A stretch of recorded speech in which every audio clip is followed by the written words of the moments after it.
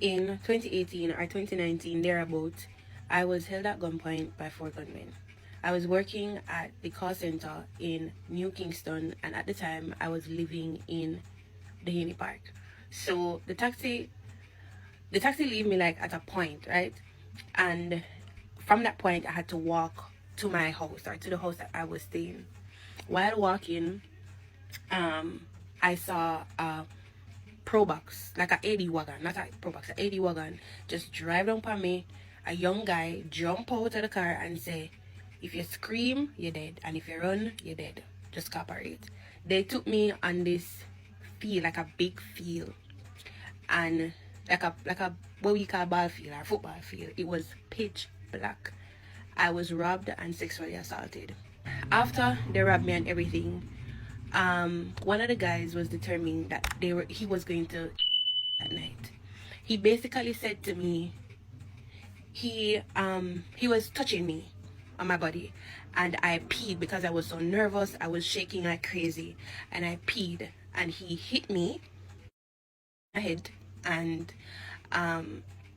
told me to turn around. He basically turned me around so my back was facing him and pushed me like a hand's length apart. And I remember him saying these exact same words: "Hey girl, say your prayers because I know you're good."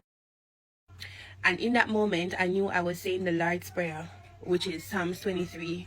But out of my mouth came a different language. Up until today, I can't tell you which language it was. And talking about it, I can feel like my entire chest tighten up. I don't know what language it is. I don't know the language. I've never heard it before, but I know I was saying the Lord's Prayer, but it was coming out of my mouth, not in English, not in patois.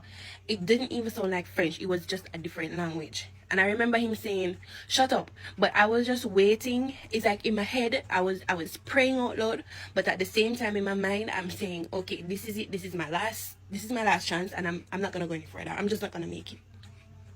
And I remember one of the guys turned to him and said, "When should I have nothing?"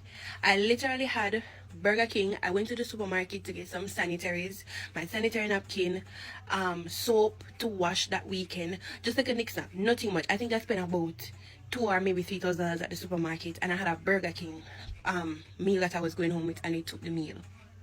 They even started eating the meal while all of this was happening. The guy that came out and preached to the other guy not to do anything to me, sorry, I know this is long, not to do anything to me, saved me.